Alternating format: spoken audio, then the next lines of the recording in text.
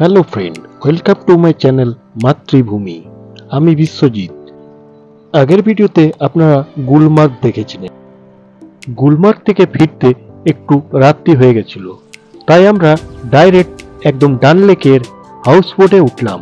আজকে সে হাউসবোট নিয়ে পুরো ভিডিওটা।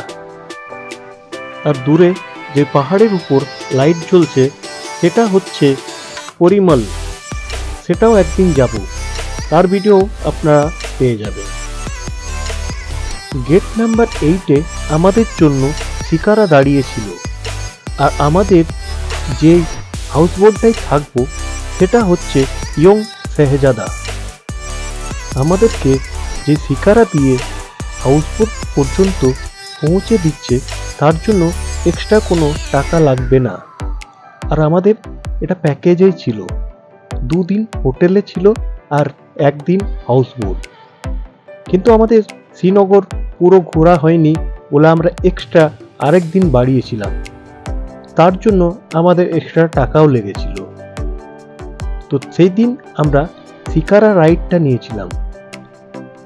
কালকে আমরা পেহেলগাম বেরিয়ে যাব, তার জন্য কাল আমরা শিকারা রাইড করিনি। আজকে হাউসবোটে থেকে কাল সকাল 10টায় আমরা বেরিয়ে যাব। আর আমাদের হাউসবোটটি সেকেন্ড ফেজ বরাবর ছিল, মানে প্রথম দিকের যে সারিগুলো ছিল তার ঠিক পিছন দিকটায়। এবার আমরা আমাদের হাউসবোটে পৌঁছে গেলাম।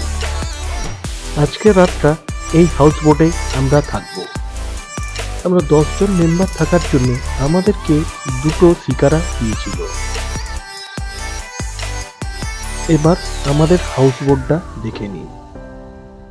এখানে বসে চটি জুতো খুলে নিয়ে ভিতরে ঢুকতে হয়। আর ভিতরটা তো দেখতেই পাচ্ছেন, 5 স্টার হোটেলের থেকে কিছু অংশে কম নয়। আর এই হাউসবোটের দুলনি আপনারা এমনিতে বুঝতে পারবেন না, কিন্তু এই ঝাড়বাতিটার দিকে তাকালে বোঝা যায়। আর এখানে ফার্নিচারগুলো দেখুন। এবার চলুন আপনাদেরকে রুমে নিয়ে যাচ্ছি। এটা হচ্ছে ফার্স্ট রুম। রুমগুলো সত্যি খুব ভালো ছিল।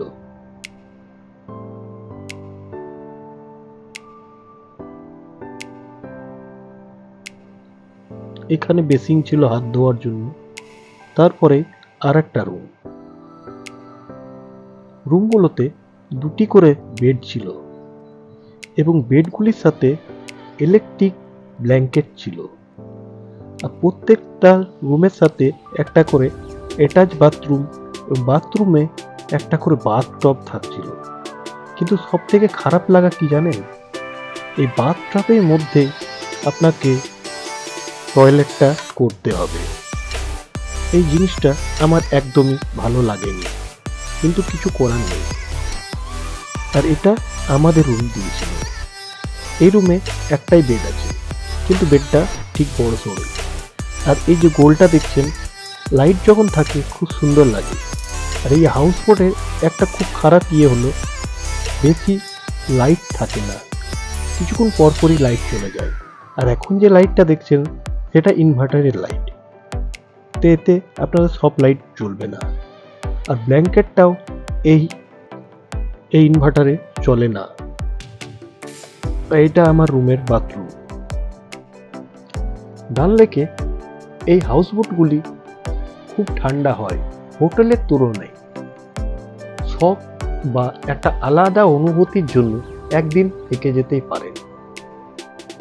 এই হচ্ছে হাউসবোটের খাওয়া দাওয়া। দেখুন, এটা একটা মিক্সড ভেজ ছিল। তার পাশেই আছে ডাল, চিকেন, রুটি আর ভাত। এগুলি ওনারা দিয়ে যাচ্ছিলেন। আপনাদের যতক্ষণ না পেট ভরে ততক্ষণ ওরা এনে এনে আপনাকে খাইয়ে দেবে। শেষ হয়ে গেল আবার তারা এনে দিচ্ছে।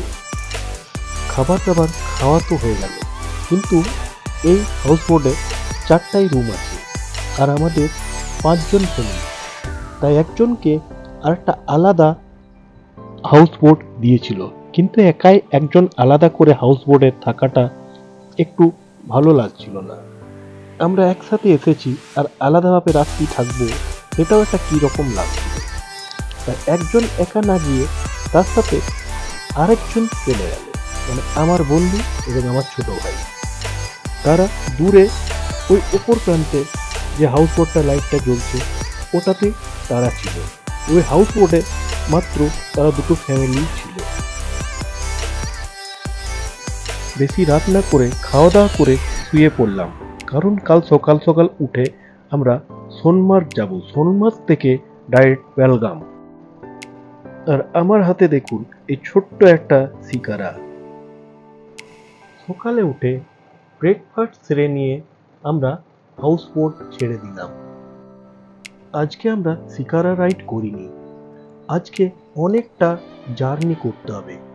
সোনমার্গ করে নিয়ে আমরা পেহেলগাম যাব, তাই সকাল সকাল বেরিয়ে পড়লাম। আর এই ভিডিওটি এখানেই শেষ করছি। এই পরের ভিডিও আপনি সোনমার্গ এবং পেহেলগামের ভিডিও পেয়ে যাবেন।